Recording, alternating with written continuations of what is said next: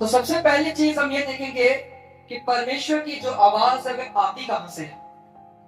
आइए उसी के बारे में हम थोड़ा सीखेंगे। हम निकालेंगे दूसरा तीमुथियुस की पत्री, उसका 3 अध्याय और 16 वचन। लिखा है, संपूर्ण पवित्र शास्त्र परमेश्वर की प्रेरणा से रचा गया है और उपदेश और समझाने और सुधारने और धार्मिकता की शिक्षा के लिए लाभदायक है। हालेलुया। संपूर्ण पवित्र शास्त्र किसकी प्रेरणा से रचा गया? बोलिए परमेश्वर।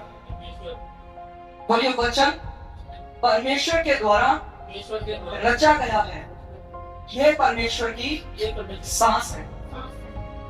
जब आप इंग्लिश ट्रांसलेशन पढ़ेंगे तो वहां पर आपको लिखा हुआ मिलेगा ब्रेथ, यानी कि यह परमेश्वर की सांस है। जब जब आप परमेश्वर का वचन पढ़ते हैं तब तब परमेश्वर की वह सांस जो है वह आपके अंदर जाती है और आप में नया जीवन उत्पन्न होता है। और जिस किसी के भी अंदर ये चीजें नहीं जाती उसके अंदर नया जीवन उत्पन्न नहीं होता। हालेलुया। प्रभु की आवाज कहां से आती है, हमारा प्रश्न ये था, और इसका आंसर है वचन से। परमेश्वर की आवाज बाइबल से आती है, वचन से आती है, उसके लिखे हुए कलाम से आती है। जब कभी आप बाइबल खोलते हैं, पढ़ते हैं, तो परमेश्वर आपसे बात करता है। परमेश्वर के पास और भी बहुत सारे तरीके हैं आपसे बात करने के लिए, पर सबसे पहला तरीका जो मैं आपको बता रहा हूं वो क्या है? वचन। अपने कलाम के द्वारा परमेश्वर जो है वह आपसे बातें करता है। जो भी कोई व्यक्ति इस कलाम को खोलेगा नहीं, परमेश्वर कैसे उससे बात करेगा? बहुत बार परमेश्वर ने मुझसे इसी तरीके से बात किया है। मैं जब भी किसी कंफ्यूजन में रहा, मैंने परमेश्वर का प्रार्थना किया, प्रभु ने मुझे एक वचन दिया, मैंने उसको खोला, मुझे समझ में नहीं आया, फिर परमेश्वर ने बोला ठीक है कोई बात नहीं, तुम्हें ये वचन समझ में नहीं आया, अब मैं तुझे दूसरा पुस्तक बताता हूँ, दूसरा पत्री बताता हूँ, उसको खोल, उसका ये अध्याय पढ़, फिर तुझे समझ में आएगा। हालेलुया।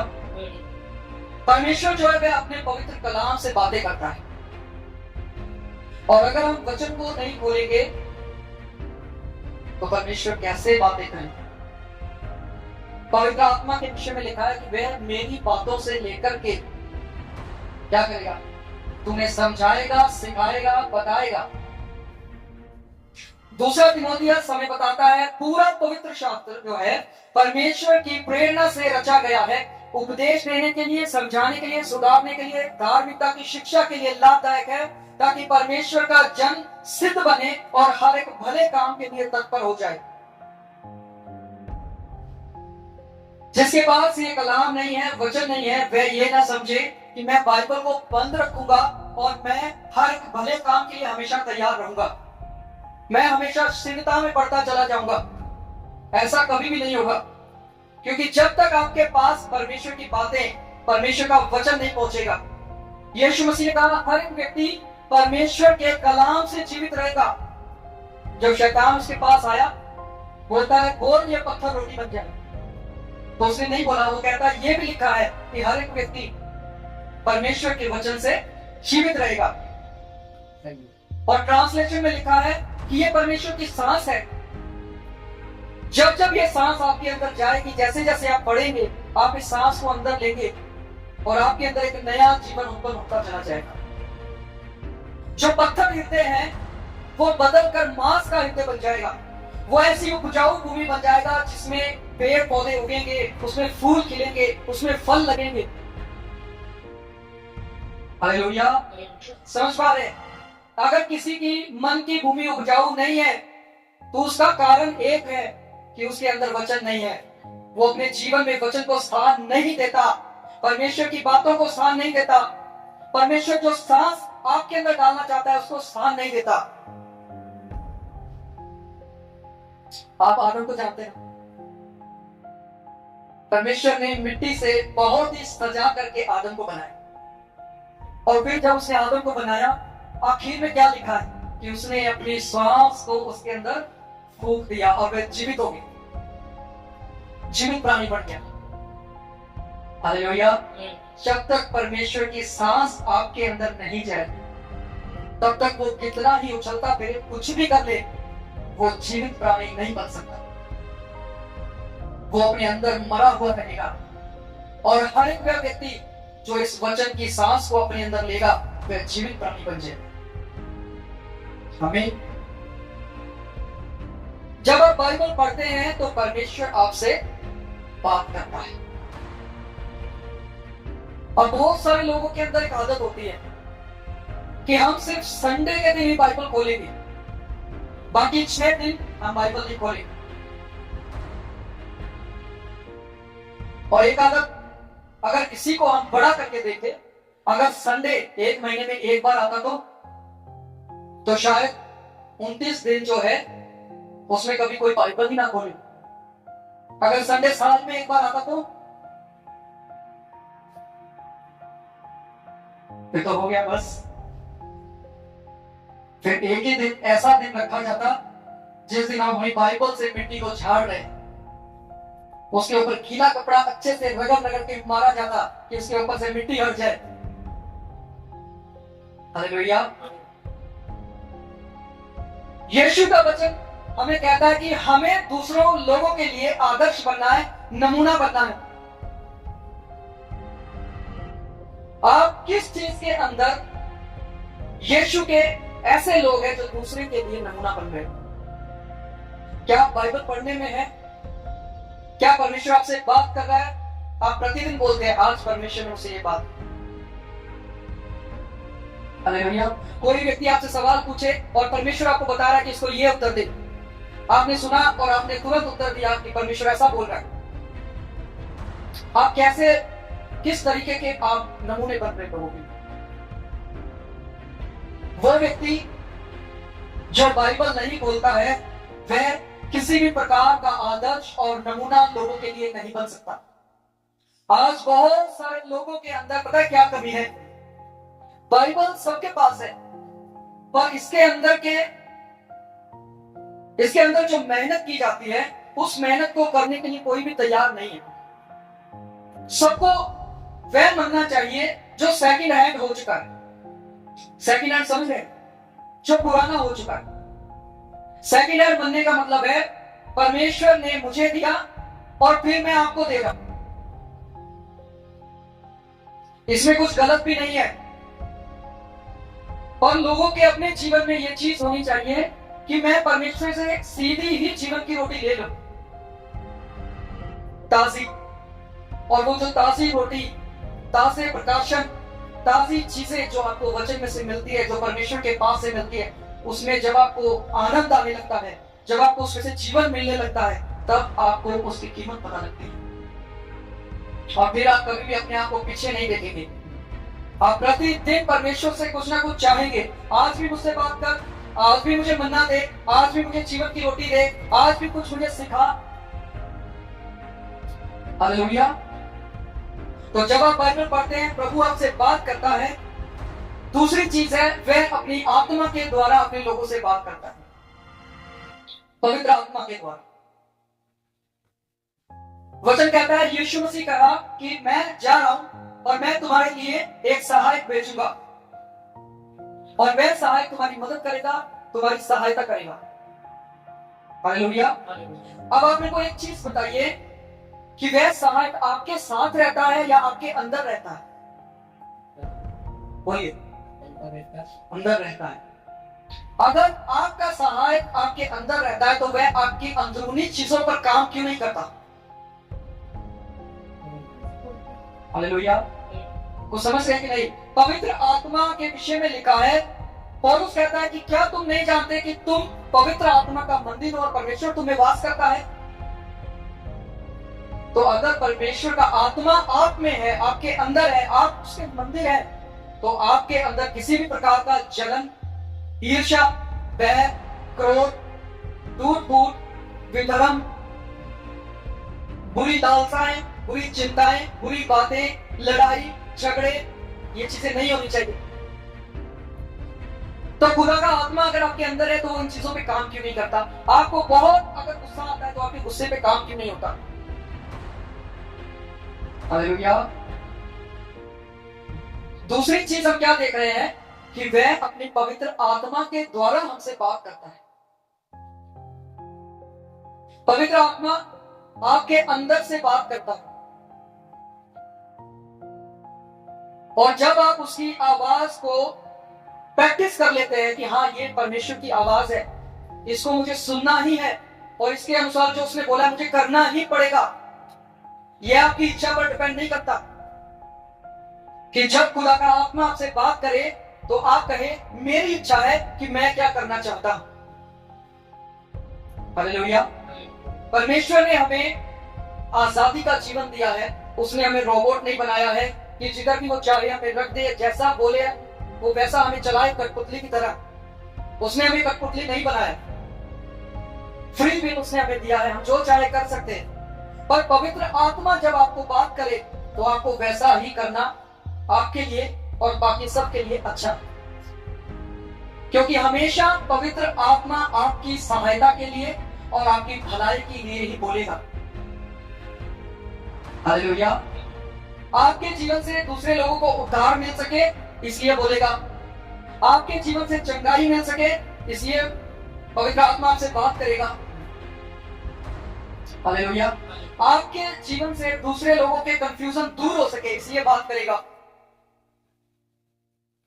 परंतु अगर आपके अंदर से ऐसी बातें निकलती हैं कि किसी का कंफ्यूजन दूर ना होकर के और बढ़ जाता है, तो आपको सोचने की जरूरत है, क्या आप खुदा की आत्मा की बातों को सुनते हैं या नहीं, उसकी आवाज को पहचानते हैं या नहीं, उसके अनुसार चलते हैं या नहीं चलते। पवित्र आत्मा आपसे हमेशा एक हल्की आवाज में बात करेगा, एक ऐसी आवाज जिसमें शांति भरी होगी। उस आवाज के बाद आपके मन में गड़बड़ियां नहीं चलेंगी। हालेलुया।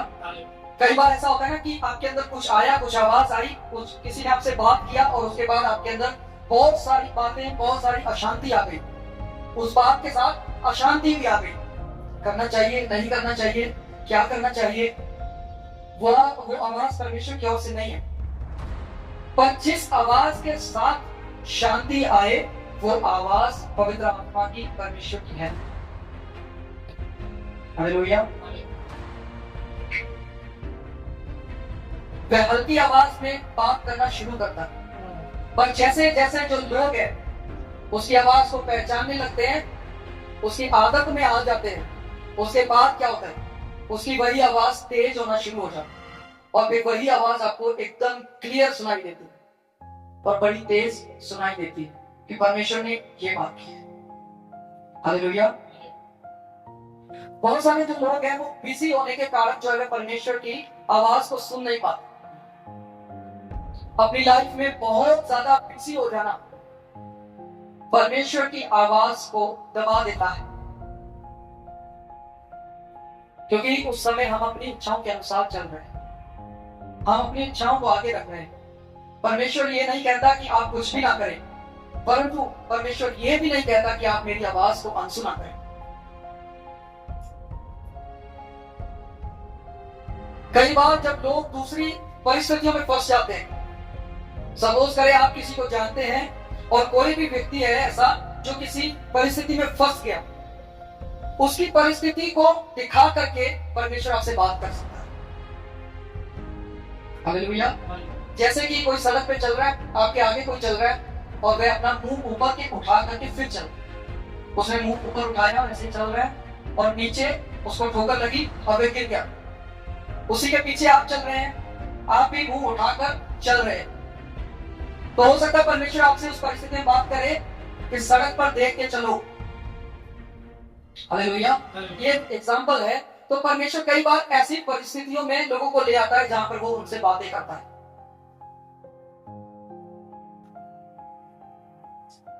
कई बार लोगों को लगता है कि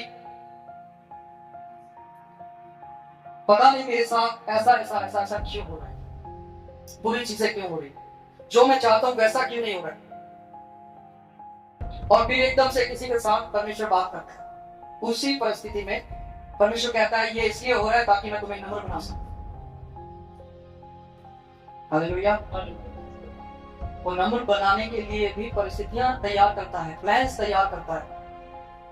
कि एक इंसान को अगर इसको वचन से बोला जाए तो ये नहीं बदलेगा, इसको बातों से बोला जाए तभी भी नहीं बदलेगा, तो अब क्या करें? इसके जीवन में ऐसी परिस्थिति बनाओ कि इसको नम्र होना पड़े। और परमेश्वर ऐसी परिस्थितियां क्यों बनाता है आपको पता है? शायद पिछली बार हमने सीखा था, ताकि कोई भी व्यक्ति नाश ना हो। जब एक व्यक्ति अपने से नम्र नहीं हो रहा है, उपवास रख के भी नम्र नहीं हो रहा है, परमेश्वर के वचन को पहला स्थान नहीं दे रहा है, तो उसके जीवन में परिस्थितियां जो है वह बनना शुरू हो जाएगी। परमेश्वर के द्वारा योजनाएं जो है वह लागू होना शुरू हो जाएंगी कि अब ऐसे ये नंबर नहीं होगा, अब इसको नंबर करना पड़ेगा। नहीं समझे? मैं आपको एक एग्जांपल बताता हूं। एक ऐसा व्यक्ति था जिसका नाम था योना। योना को बोला गया तू नीनवे को जा, वहां जाकर के तू प्रचार कर, 40 दिन के अंदर इसको मैं तबाह कर दूंगा, 40 दिन के बाद मैं इसको तबाह कर दूंगा, इस पर आग बरसाऊंगा, इन लोगों की बुराइयों को मैंने देखा है, मैं इनको सबको समाप्त कर दूंगा, जाके तू प्रचार कर। और जो योना था वह बोलता है मैं नहीं जाऊंगा।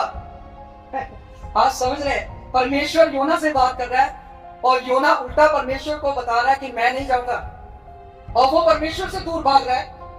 उसने अपना टिकट लिया होगा शायद उस जहाज में चढ़ने के लिए जो पानी का जहाज है, और फिर वह उसमें बैठता है और बीच समंदर में जाकर के तूफान आया। जब वह तूफान आया तो लोग कांपने लगे, क्योंकि तूफान हो सकता है काफी भारी हो। हालेलुया। तो वहां पे लोगों ने चिट्ठियां डाली। चिट्ठी डालने के बाद योना नबी का नाम निकला। हालेलुया। चिट्ठी डालने के बाद योना का नाम निकला कि एक ये व्यक्ति है जिसके कारण जो है वह तूफान आया। हालेलुया। आगे बढ़ने से पहले मैं आपको बताता हूं, अगर आप परमेश्वर से भागेंगे तो हो सकता है परमेश्वर आपके जीवन में तूफान ले आए, आपको सीधे रास्ते लाने के लिए। अगर कोई नंबर नहीं हो रहा है ना, उसके जीवन में तूफान परमेश्वर लाएगा ताकि उसको नंबर करे, ताकि उसका नाश ना हो। हालेलुया। समझ रहे? परमेश्वर ने आपको फलों से भरना है, वरदानों से भरना है। परमेश्वर आपके जीवन में अद्भुत काम करना चाहता है, आपके द्वारा काम करना चाहता है। अगर आप परमेश्वर से भागेंगे, परमेश्वर आपके जीवन में डेफिनेटली एक ना एक तूफान जरूर लाएगा। योना भाग रहा था परमेश्वर से, और फिर योना बोलता है कि भाई वो पूछते हैं उससे, योना से, कि तू कौन है? वो बोलता है मैं जीवते परमेश्वर का नबी हूं। तो तूने क्या किया है? बोलता है मैं परमेश्वर से भाग के आया हूं। अगर तुम लोग ये तूफान को शांत करना चाहते हो तो एक काम करना पड़ेगा। बोलते क्या काम करें? मुझे उठाओ और समुद्र में फेंको। आप एक व्यक्ति को देखिए, योना को, उसने ये बोलते समय देरी नहीं लगाई। उसने बोला मुझे समुद्र में फेंक दो अगर आप लोग बचना चाहते हो। हालेलुया। आप अपने कारण दूसरे लोगों को भी मुसीबत में डाल सकते हैं अगर आप परमेश्वर से भाग रहे हैं। हालेलुया। जितने भी लोग थे नाव के अंदर, पूरी नाव के लिए ही तूफान आया था, खाली योना के लिए नहीं। और सब लोग ही डूब जाते अगर ना उसको उठा करके ना फेंकते। और जैसे ही योना को फेंका, तुरंत एक बड़ा कोई भी मछली आया और उसको निगल लिया। हालेलुया। निगलने के बाद बाइबल बताती है कि उसने तीसरे दिन प्रार्थना किया। कब प्रार्थना किया? बोलिए तीसरे दिन। तीसरे दिन वो प्रार्थना करता है। पहले के 2 दिन उसने प्रार्थना नहीं किया। जैसे ही अंदर गया, पता नहीं शायद क्या कर रहा था, वचन कहते हैं उसने प्रार्थना करना बाद में चालू किया। हो सकता है कि कुछ अपना दिमाग लगा रहा हो कि यहां से भी मैं निकल जाऊंगा, पर परमेश्वर ने उसको एक ऐसी मछली के पेट के अंदर डाल दिया जहां से वो निकल ही नहीं सकता। नहीं, बस उसको जीवित रखा, मरा नहीं हुआ। और फिर वह आखिर में प्राप्त, उसके बाद उस मछली ने योना नबी को तट पर उगल दिया। वो पहुंच गया वहां नीनवे में जाकर के, फिर वह काम करता है। हालेलुया। समझ गए कि नहीं? तो कई बार लोगों को परिस्थितियों में परमेश्वर जो है वह समझाता है बात करता है हमसे। और इन चीजों को बहुत ही कम लोग जो है वे समझ पाते हैं कि परमेश्वर हमसे बात कर रहा है। हालेलुया। हो सकता है परमेश्वर किसी को चंगाई ना दे रहा हो, किसी की चंगाई में देरी हो, वो किसी कारण हो सकती है। आपको उसका कारण समझना पड़ेगा। क्या आप पूरी डेडिकेट लाइफ जो है वो परमेश्वर के साथ जी रहे कि नहीं? हालेलुया। क्योंकि ऐसे लोग जो होते हैं ना, वो ज्यादा अपने अंदर समझदार होते हैं, अपने ही अंदर जो है वे अपने आप को वे जो बुद्धिमान समझते हैं। पर वचन क्या बोलता है कि अपनी समझदारी के ऊपर भरोसा नहीं रखना है, अपनी बुद्धिमानी का सहारा नहीं लेना है। वचन कहता है कि आप बताइए क्या कहता है वचन? अपनी समझ का सहारा ना लेना, वरन संपूर्ण मन से यहोवा पर भरोसा रखना, तब वह तेरे लिए सीधा मार्ग निकालेगा, तब वह तुम्हारी परिस्थितियों को सीधा करेगा। पर हम हर चीज में हर जगह अपनी समझदारी को साथ देते हैं, बिना कुछ सोचे समझे, बिना परमेश्वर की आवाज को सुने, क्योंकि हम बोलने में बहुत ज्यादा तेज है। बाइबल बताती है बोलने में धीमे हो जाओ और सुनने में तत्पर हो जाओ, पर हमारा उल्टा है। हम बोलने में बहुत तेज है और सुनने में बहुत कम है, और हमें जवाब देना तो बहुत बढ़िया तरीका से आता है कि हम तुरंत, किसी का क्वेश्चन खत्म भी नहीं होता है, किसी की बात खत्म भी नहीं होती है और हम तुरंत अपनी बात को बीच में रख देते हैं, ऐसा नहीं, ये ऐसा है। यहां से पता लगता है कि हम बोलने में बहुत तेज है, पर बाइबल इसके थोड़ा उल्ट है और हमें उसी के अनुसार करना है। हमें बोलने में थोड़ा धीमा और सुनने में तेज रहना है। हालेलुया। तो परमेश्वर की आवाज को सुनने के लिए हमें क्या करना पड़ेगा? हालेलुया। सबसे पहली चीज, परमेश्वर की आवाज को सुनने के लिए आपको चुप रहना पड़ेगा। अगर आपके अंदर ये आदत नहीं है तो ये आदत आपको बनानी पड़ेगी, आपको अभ्यास करना पड़ेगा, आपको मौन में समय बिताना पड़ेगा। कभी आपने मौन में समय बिताया? अगर आपके पास समय है उपवास करने का तो आप उपवास में जाएं और जितना हो सके उतना चुप रहें। हालेलुया। और अगर आपके पास ये चीज नहीं है तो आप परमेश्वर से मांग सकते हैं। परमेश्वर आपको दोष नहीं लगाएगा, वह आपको दे देगा, क्योंकि वह जानता है कि आपकी भलाई के लिए क्या है। हालेलुया। मौन रहना किसी की कमजोरी नहीं है। मैं आपको बता दूं, चुप रहना जो है वह कमजोरी नहीं है। लोग ऐसा समझते हैं कि अगर कोई चुप है तो वह कमजोर है। चुप रहना, मौन रहना सबसे बड़ी ताकत है। बाइबल का वचन पता है क्या कहता है? कहता है कि अगर तुम लोग चुप कर जाओगे तो पत्थर चिल्ला उठेंगे। हालेलुया। ऐसा लिखा है।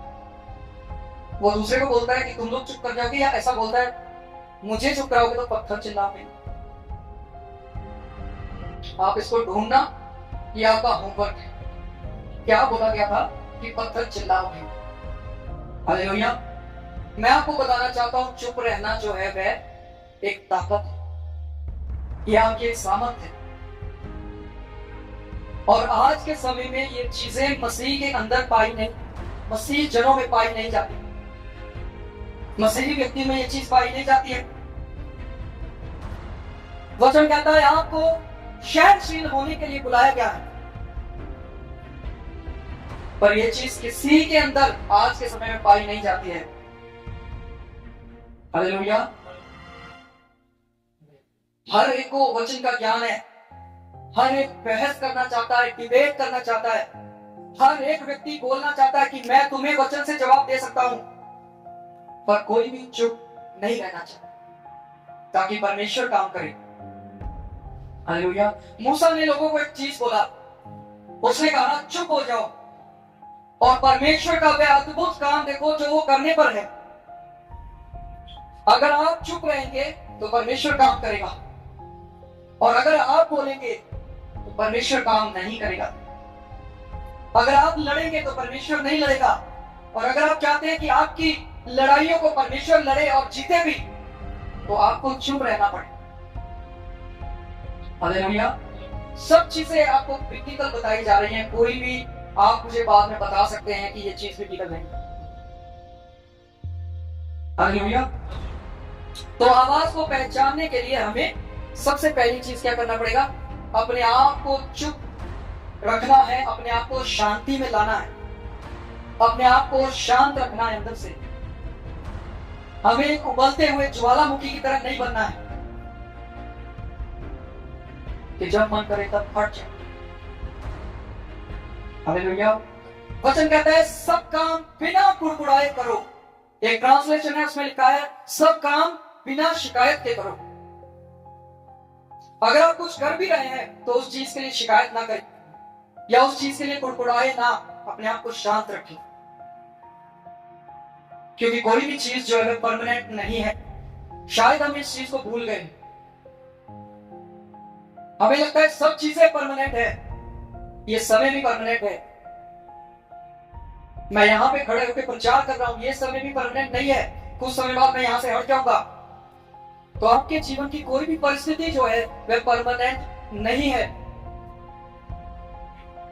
परिस्थितियां बदलती हैं, समय बदलता है, हर चीज बदलती है। तो हमें क्या लेना है? बोलिए, फोन। हमें चुप रहना है। हालेलुया। आपको पता है प्रभु यीशु मसीह भी कई बार लोगों से अलग होकर के प्रार्थना किया करते हैं। यीशु मसीह के बारे में लिखा है लूका 5 अध्याय उसके 16 वचन कि वह अलग होकर के, अकेले होकर के प्रार्थना किया करता था। कभी पहाड़ पे चला गया, कभी अलग चला गया, वह अलग हो जाता था लोगों से। जब भी आपके पास बिजी शेड्यूल है ना, आप खुदा की आवाज को कभी भी सुन नहीं पाएंगे। आपने अपने आप को व्यस्त रखा है, आप परमेश्वर की आवाज को सुन नहीं पाएंगे। वो आपको क्या सिखाना चाहता है आप नहीं सीख पाएंगे। आप सिर्फ वही करेंगे जो आपके पास है, जो आपके अंदर समझदारी है, आप उतना ही करेंगे और उसके अनुसार ही करेंगे। और दिन में सफल हो ना हो ये आपके ऊपर डिपेंड करता है। पर अगर आप परमेश्वर की सुनकर करते हैं तो ये परमेश्वर की जिम्मेदारी है कि वे आपको सफलता दे, अगर आप परमेश्वर के वचन के अनुसार हैं।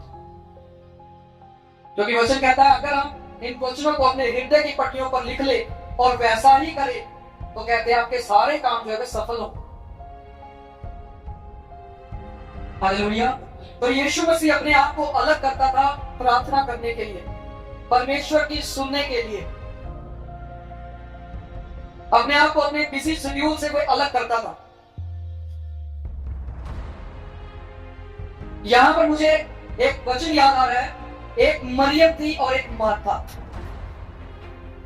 और यीशु मसीह के पास जाते हैं। मार्था अपने काम में लगी हुई थी और मरियम जो है यीशु मसीह की बातों को सुन रही थी। मार्था बहुत ज्यादा चिंता करने लगी अपने काम की, उसको गुस्सा आने लगा। बोली गुस्सा। वो अपने ही अंदर सोचने लगी कि मैं यहां पर काम में लगी हुई हूं, कभी आटा गूंदो, कभी सब्जी बनाओ, कभी ये करो, कभी वो करो, कभी सलाद काटो, सब कुछ करो, यीशु मसीह के लिए सब कुछ तैयार करना है। पर वहां मरियम की बच्ची बैठी हुई बातों पर ध्यान दे रही है, उसका कोई ध्यान ही नहीं है कि किसी के लिए कुछ करना है, और वो अपने अंदर विचलित है। आखिरकार वो बोल नहीं पड़ी और वो कहती है कि इसको भी आने दे, ये भी कुछ काम करे। हालेलुया। उसकी कुड़कुड़ाहट निकल ही गई जो उसके अंदर चल रहा था। वो आती होगी बार बार, कभी रसोई में जा रही है, फिर आई को सामान देने के लिए देख लिया, अभी भी वही, फिर आती होगी अभी भी वही है, फिर जाती होगी अभी भी वही है, नहीं हिलती, कोई बात नहीं, अभी थोड़ा बोलना पड़ेगा। फिर वो बोलती। पर यीशु मसीह ने उसको एक अच्छा जवाब दिया। यीशु मसीह कहता है जो मरियम ने स्थान चुना है वो इसे छीना नहीं जाएगा, उसने उत्तम स्थान चुना है। और उसने क्या स्थान चुना था? यीशु मसीह को सुनना। हालेलुया। उसने बिजी शेड्यूल नहीं चुना था, उसने पहला स्थान यीशु मसीह की बातों को, परमेश्वर की बातों को दिया। उसने अपने बिजी शेड्यूल को पीछे रखा। हालेलुया। तब यीशु मसीह कहता है, मार्था आप बहुत ज्यादा चिंता करते हैं, परंतु जो इसने स्थान चुना है ये बहुत उत्तम, ये इससे छीना नहीं जाएगा। हालेलुया। तो हमें भी कभी ना कभी अपने बिजी शेड्यूल से जो है बाहर आना चाहिए, ताकि हम परमेश्वर की आवाज को सुन सके। बिजी व्यक्ति जो है परमेश्वर की आवाज को नहीं सुन सकता, या फिर उसको बहुत ज्यादा कठिनाई होगी उस आवाज को सुनने में, क्योंकि शुरुआती तौर पर वह आवाज बहुत धीमी होती है और संसार और दुनिया की आवाजें बहुत तेज है। आप अगर चिल्ला करके बोलेंगे ना तो दूसरा कोई सुन लेगा, पर परमेश्वर अपनी शांतमय आवाज में बात करता है। हालेलुया। लोग फैमिली में बिजी हो जाते हैं, अपने बिजनेस में बिजी हो जाते हैं, अपने कामकाज को लेकर बिजी हो जाते हैं, लड़ाई झगड़े में बिजी हो जाते हैं, खुद पर ध्यान देने के लिए बिजी हो जाते हैं। तो आज के जो लोग हैं वो हर चीज में बिजी होने के लिए तैयार है, सिवाय परमेश्वर के साथ। यीशु मसीह के साथ कोई भी बिजी नहीं होना चाहता, पर हर चीज के लिए हम बिजी होना चाहते। अगर आप किसी को बोलेंगे ना, या आपसे कोई पूछेगा मेरा मन नहीं लग रहा है मैं क्या करूं, तो दूसरा व्यक्ति आपको पता है क्या आंसर देगा? कुछ बिजी हो जा, किसी काम में उलझ जा, अपने आप को उलझा ले किसी काम में, तो तेरा मन लग जाए। झूठ है ये संसार की ओर से। हालेलुया। समझ रहे कि नहीं? कोई आपने किसी से पूछा मेरा मन नहीं लग रहा है, बताओ मैं क्या करूं, अपने आप को बिजी कर लो किसी काम में, किसी बिजनेस में, किसी जॉब में, पढ़ाई में, किचन में, घर के काम में, कहीं भी अपने आप को बिजी कर लो। ये झूठ है। अगर आप चाहते हैं कि आपका मन लगे, अपने आप को यीशु मसीह के साथ बिजी रहना शुरू करें। अपने आप को यीशु मसीह के साथ बिजी रखना शुरू करें। हालेलुया। जो यीशु मसीह के साथ मन नहीं लगाते हैं, उनका मन इस संसार में भी नहीं लगता। हालेलुया। नहीं समझे? मैं समझाऊंगा कैसे। अब जो यीशु मसीह के साथ मन नहीं लगा रहा है, उसका मन संसार में कैसे नहीं लगता? लोग बोलेंगे संसार में तो मन लग ही जाएगा, नहीं लगता। आप किसी को टीवी लाके दो, 5-10 मिनट, 1 घंटा, 1 दिन, 1 रात चलाएगा, जब तक वो चलता रहेगा वो उसमें बिजी रहेगा, उसको कुछ फर्क नहीं पड़ता आसपास क्या हो रहा है। समझ रहे? वो अपने आप को बिजी कर लिया, पर जैसे ही उससे बाहर आएगा उसका मन नहीं लगेगा। वो बार बार उसी की तरफ दौड़ेगा कि अपने आप को इसमें बिजी रखो, और फिर वो ऐसा उसका एडिक्टेड हो जाएगा कि उसको देखता भी रहेगा ना तो भी उसका मन नहीं लगेगा। हालेलुया। समझे? तो फैमिली में, बिजनेस में, या खुद पर, या किसी भी चीज में अपने आप को बिजी रखने से अच्छा है कि हम अपने आप को यीशु मसीह के साथ बिजी कर लें। जो लोग अपने आप को बिजी रखते हैं वो हमेशा जल्दबाजी में रहते हैं। हालेलुया। और जो लोग जल्दबाजी में रहते हैं वो कभी भी परमेश्वर की आवाज को सुन नहीं पाते। जो अपनी घर में रहते हैं ना, वो कभी भी परमेश्वर की आवाज को सुन नहीं पाते। उसके लिए आपको एक ठहराव की जरूरत है। इतना भाग करके आप जाएंगे कहां? क्या करेंगे इतना भाग कर? और क्या हासिल कर लेंगे?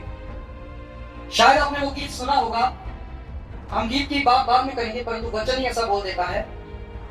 वचन कहता है अगर आप पूरी दुनिया को कमा ले और अपना नुकसान कर ले तो उसका क्या फायदा? और वहां पर नुकसान के बारे में भी लिखा है। क्या, कैसा नुकसान? आत्मा का नुकसान। अगर कोई इंसान पूरे जगत को कमा ले और खुद को गवा दे तो उसका क्या फायदा? हालेलुया। तो कभी बिना ठंडे व्यक्ति ना बने, अपने आप को ठंडा ना होने दे। वचन कहता है देखो और जांचो कि तुम्हारा पहला सा प्रेम कहां गया, कहां से आप गिरे हो। ना तो तुम अब ठंडे हो, ना तो तुम अब गर्म हो, तुम गुनगुने हो, और मैं तुम्हें थूकने पर, उगलने पर। हालेलुया। जिस चीज में स्वाद नहीं होता, क्या आप उस चीज को खाते हो, निगलते हो? मैं आपको एक ऐसा सेब ला के दूं जो स्वाद में बहुत ही ज्यादा खराब है, आप उसका एक बाइट लेंगे, क्या उसको अच्छे से चबाएंगे और अपने अंदर ले लेंगे? नहीं, आप उसको थूक देंगे।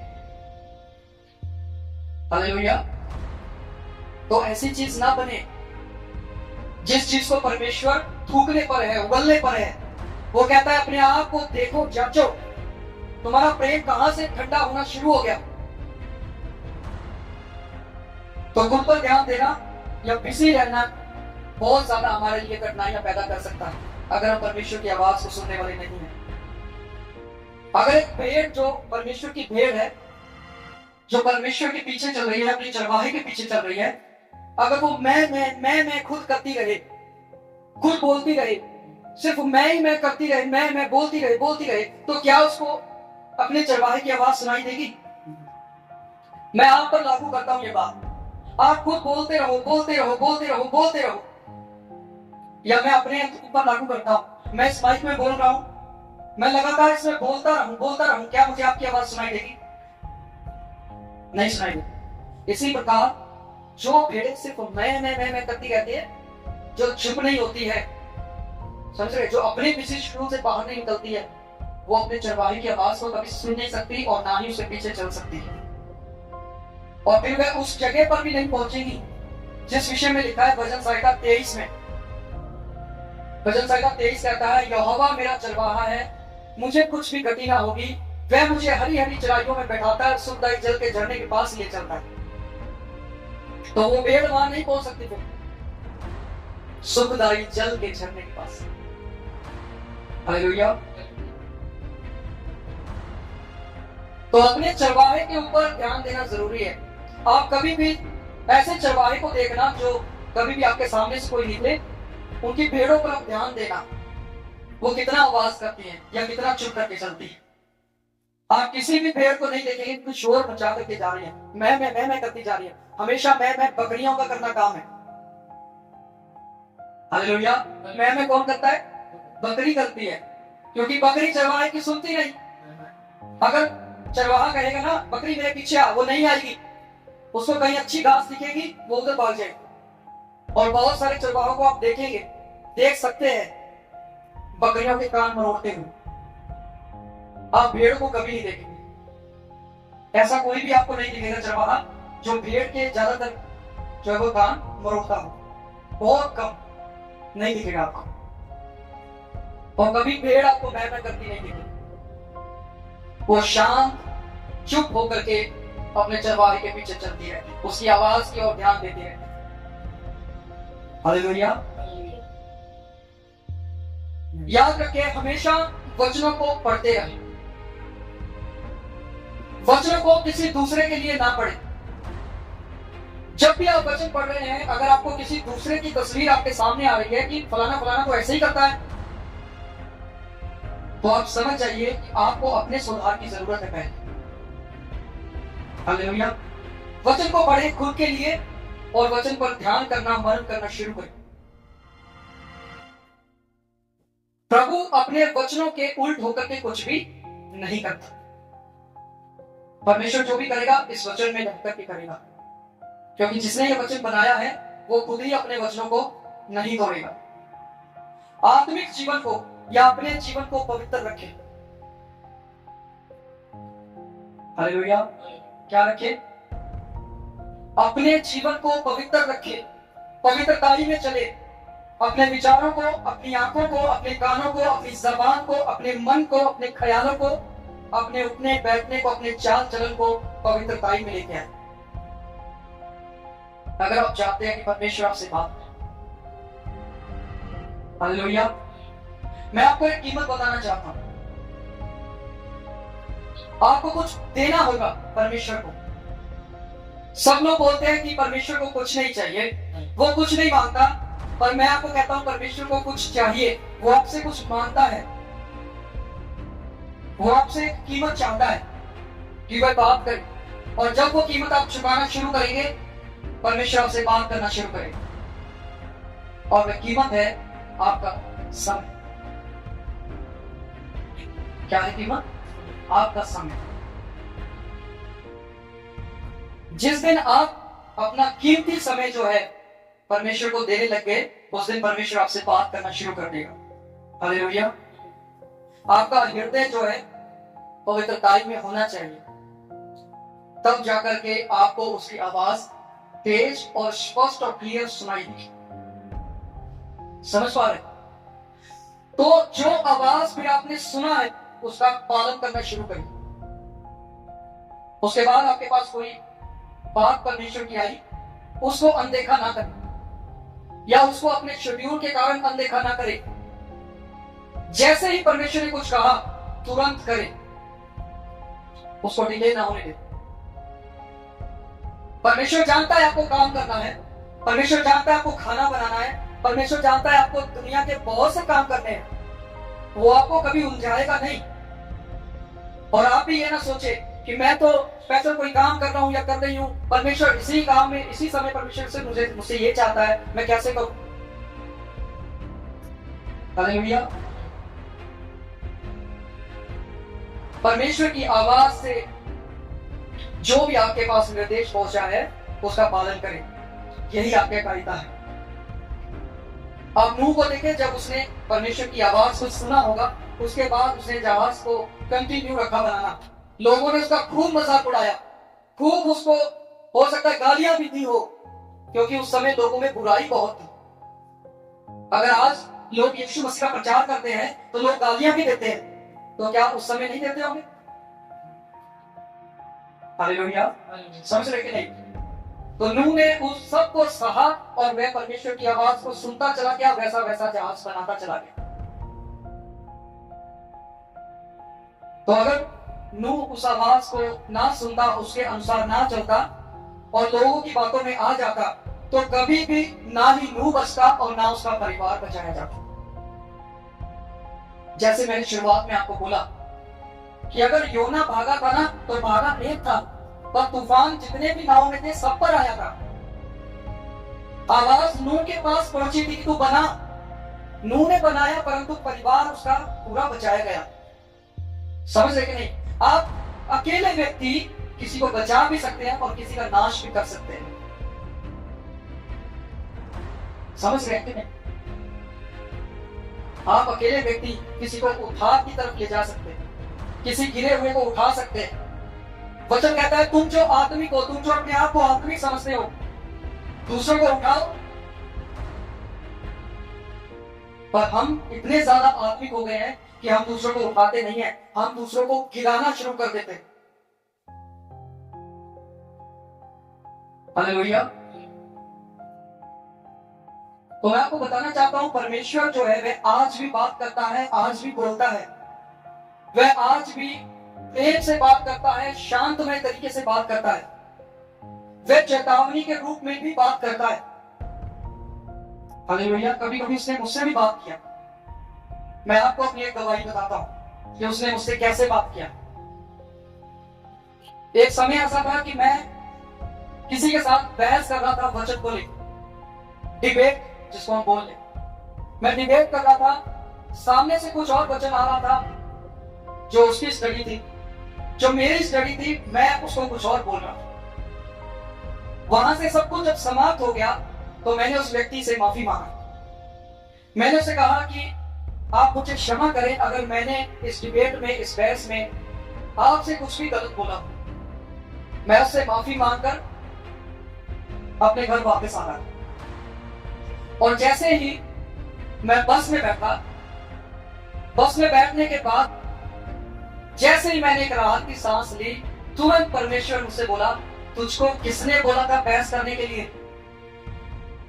मैंने तुम्हें मना किया था बहस नहीं, तुझे किसने बोला बहस करने के लिए? तो जैसे ही परमेश्वर ने यह बात बोली, मैंने परमेश्वर से माफी मांगी।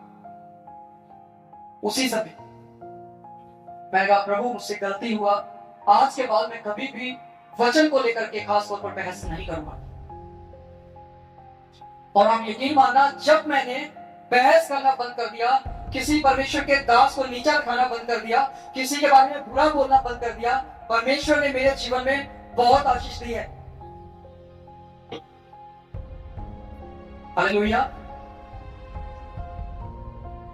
तो परमेश्वर जो है वह कभी कभी चेतावनी भी देता है, इस तरीके से भी वो बात करता है, पर उसमें भी हमारा ही सुधार है, हमारे लिए ही वो आशीष का कारण है, क्योंकि परमेश्वर आपको एक बुलाहट में ले जाना चाहता है।